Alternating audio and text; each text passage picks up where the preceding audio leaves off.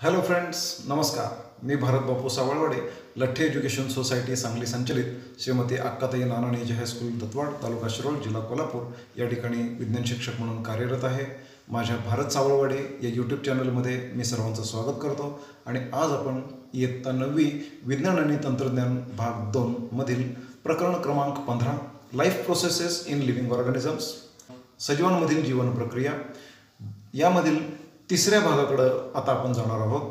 याच्यामध्ये आपण excretion in human beings म्हणजे मानवातील उत्सर्जन प्रक्रिया कशी चालते याबद्दल चर्चा करणार आहोत. पाहूयात आपण प्रेझेंटेशन. मित्रांनो, जेव्हा आपण अन्नपदार्थ ग्रहण करतो किंवा खातो त्याचं पहिल्यांदा पचन केलं जातं. म्हणजे पहिली प्रक्रिया पचनाची होते आणि ही पचनाची प्रक्रिया झाल्यानंतर ते शरीरामध्ये रक्तामध्ये शोषून घेतलं जातं आणि रक्तामार्फत ते प्रत्येक पेशीपर्यंत, प्रत्येक उतीपर्यंत पोचवलं जातं. तिथं काही जैवरासायनिक प्रक्रिया घडतात. या सर्व अनेक जैवरासायनिक प्रक्रिया पूर्ण होत असताना त्यामध्ये टाकाऊ पदार्थसुद्धा निर्माण होत असतात आणि मग अशा प्रकारच्या या टाकाऊ पदार्थांच्यापासून शरीराची सुटका करून घ्यावी लागते. अन्यथा त्यांचे विषारी गुणधर्म किंवा त्यांचा विषारीपणाचा त्रास शरीराला होऊ शकतो. तर त्यासाठी काय करायचं आणि कोणती प्रक्रिया राबवली जाते हे आपण पाहूया. When we consume the food, first it gets digested, then it is supplied to various organs for energy production, and in this process many nitrogenous waste substances are formed. Now these substances are to be removed from the body.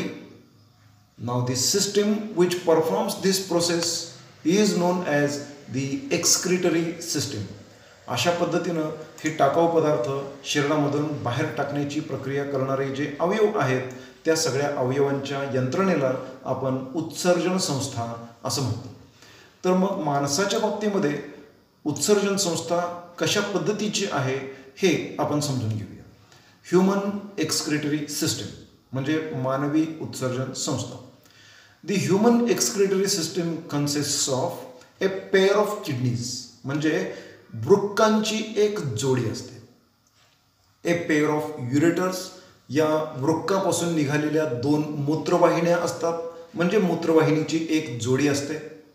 The urinary bladder एक मूत्राशय असतं की ज्यामध्ये ह्या मूत्रवाहिन्या जाऊन उघडतात. And the next one is the single urethra, ही मूत्रोत्सर्जक नलिका असते जिच्यामधून मूत्र शरीरातून बाहेर सोडलं जात असतं.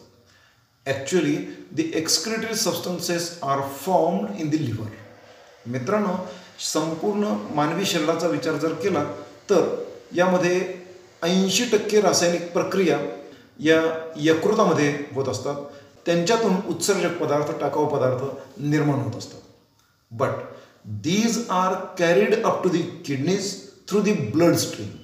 परंतु हे रक्तावाटे किंवा रक्तामधून किडनीपर्यंत म्हणजे वृक्कापर्यंत आणले जात असतात.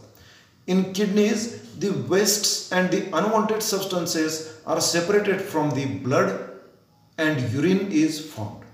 तर इथं या किडनीमध्ये म्हणजे वृक्कामध्ये नको असलेले टाकाऊ जे पदार्थ आहेत की जे विषारी असतात यांचं रक्तातून सेपरेशन केलं जातं म्हणजे त्यांना वेगळं केलं जातं आणि ते वेगळं करून तिथून मूत्र निर्मितीची प्रक्रिया पूर्ण होत असते आणि रक्त पुन्हा रक्तवाहिनीमार्फत हृदयाकडं पाठवलं जात असतं. आता ही संपूर्ण मानवी उत्सर्जन संस्था जी आहे तिचा आपण अभ्यास करूया.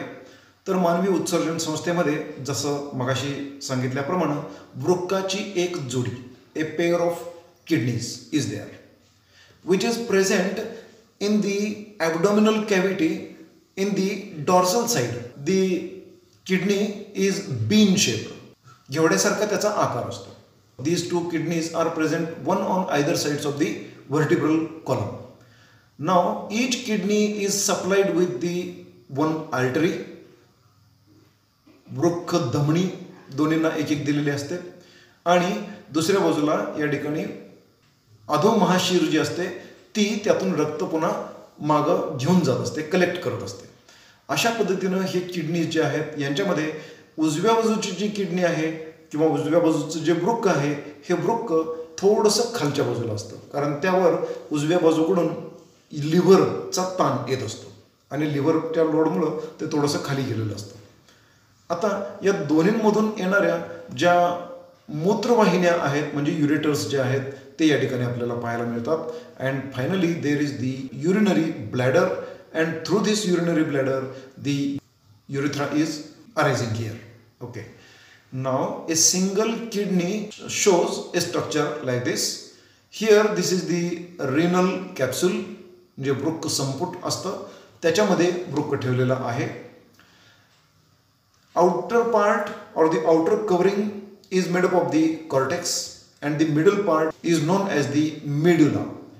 Now, the outer part, that is the cortex, has many small oval-shaped structures called as the Bowman's capsules, and from those the renal tubules are formed. Now, these renal tubules unitedly form the renal pyramid, then the ureter, and this ureter goes towards the urinary bladder. And the functional unit of the kidney that performs the basic function of filtration is called as nephron. वृक्कामध्ये प्रत्यक्ष गाळण प्रक्रिया पूर्ण करणारा जो घटक आहे तिला nephron किंवा वृक्काणू असं संबोधलं जातं. Each kidney has 10 lakh nephrons. प्रत्येक किडनीमध्ये 10 लाख नेफ्रॉन्स असतात. Each nephron has a cup-like thin-walled upper part called as the Bowman's capsule. Inside this Bowman's capsule, there is a network of capillaries, and this network of capillaries is called as glomerulus. म्हणजे रक्तवाहिन्यांचं, रक्तकेशिकांचं एक अतिशय गुंतागुंतीचं जाळं त्या ठिकाणी असतं की जिला ग्लोमेरुलस असं म्हटलं जातं. The urea produced in liver is carried to the kidneys through the bloodstream. When this bloodstream reaches up to the glomerulus, it gets filtered through the capillaries, and urea and other nitrogenous substances are separated from the bloodstream. The water molecules and other small molecules of some other substances can cross the semi-permeable membrane of Bowman's capsule. म्हणजे या ठिकाणी या बोमन कॅप्सूलमध्ये असणारं जे काय रक्तकेशिकांचं जाळं आहे म्हणजे ग्लोमेरुलस आहे, या ग्लोमेरुलसमधून रक्त प्रवाह वाहत असताना त्यातील टाकाऊ पदार्थ बाजूला काढले जातात आणि रक्त पुन्हा त्या ब्लड कॅपिलरीमधून पुन्हा मागं फिरवलं जातं आणि अशा पद्धतीने ती कॅपिलरी तिथून बाहेर पडते. आणि ही सर्व प्रक्रिया होत असताना त्याच्यामधून बाहेर पडलेले जे पाणी असेल किंवा इतर काही छोट्या आकारांचे जे कणमय पदार्थ असतील हे बोमन कॅप्सूलचं असणारं जे अर्धपार्य पटल आहे त्यातून ते बोमन कॅप्सूलच्या नलिकेमध्ये शिरतं. This solution accumulated in the Bowman's capsule passes in to the tubular part of the nephron. आता बोमन कॅप्सूलच्या वॉलमध्ये म्हणजे त्याच्या भिंतीमध्ये असणारं जे काय हे सोल्युशन आलेलं असेल हे सोल्युशन आता पुढं हळूहळू त्याच्या नलिकेसारख्या ट्युब्युलर पार्टमध्ये शिरतं. The blood capillary coming out of the Bowman's capsule runs along and surrounding the tubular part of the nephron. Bowman's capsule मधून बाहेर पडणारी जी कॅपिलरी आहे ग्लोमेरुलस पासून निघालेली ती कॅपिलरी मात्र परत पुढं त्या नेफ्रॉन भोवती गुंडाळून घेते आणि त्याच्या बरोबरीनंच ती पळत राहते. In this capillary, water molecules and some other useful substances like minerals म्हणजे खनिज, glucose are reabsorbed in to the blood. म्हणजे उपयुक्त घटक सगळे पुन्हा एकदा त्या कॅपिलरीमध्ये परत काढून घेतले जातात. The remaining solution is drained through a proximal convoluted tubule. म्हणजे उरलेलं जे द्रावण असेल हे द्रावण समीप संवलित नलिका याच्यामध्ये पहिल्यांदा प्रवेश घेतात, त्यानंतर लूप ऑफ हेनले, त्यानंतर डिस्टल कन्व्होल्युटेड ट्यूब्यूल म्हणजे दूरस्थ संवलित नलिका, and finally through the collecting duct runs as a urine. Now the collecting ducts get united to form renal pyramid, and the renal pyramids unitedly form the ureter, and the urine is drained towards the urinary bladder through it. Now the urinary bladder is a muscular organ. When it senses the pressure of the urine, it contracts and urine is given out of the body through the urethra. मित्रांनो, पुन्हा एकदा मी नेफ्रॉनची संरचना दाखवतो आणि मग आपण पुन्हा या स्लाइडकडे येऊया. या ठिकाणी आपण नेफ्रॉनची संरचना पुन्हा एकदा पहा. या ठिकाणी आलेलं एक वृक्कस्थ धमनी आहे. ही धमनी इथं रिब्रांचिंग झालेलं आहे. अशा पद्धतीनं रिब्रांचिंग झाल्यानंतर तिथं तयार झालेला हा ग्लोमेरुलस आपण सर्वजण पाहतो आहोत. त्या ग्लोमेरुलस पासून बाहेर पडणारी जी रक्तकेशिका आहे म्हणजे ब्लड कॅपिलरी आहे. Now this capillary runs along this proximal convoluted tubule, then around this loop of Henle and then around this distal convoluted tubule. म्हणजे इथं समीप संवलित नलिका असेल, वेटोळे घातलेली असेल, त्यानंतर लूप ऑफ हेनले असेल आणि त्यानंतर डिस्टल कन्व्होल्युटेड ट्यूब्यूल म्हणजे दूरस्थ संवलित नलिका या ठिकाणी असेल. या माध्यमातून किंवा या नलिकांच्या मधून हा द्रव वाहत जात असतो.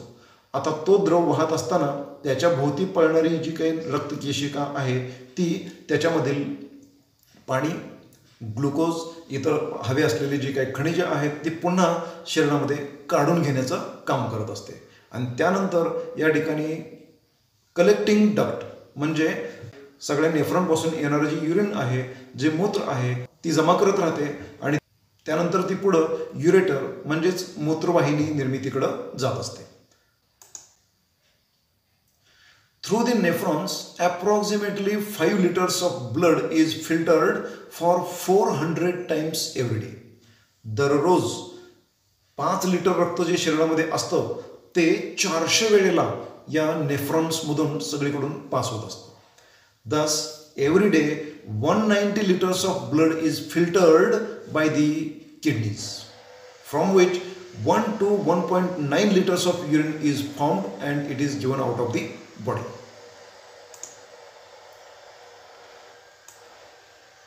If the efficiency of kidneys is affected adversely due to any reason, the toxic excretory substances start to accumulate in the body.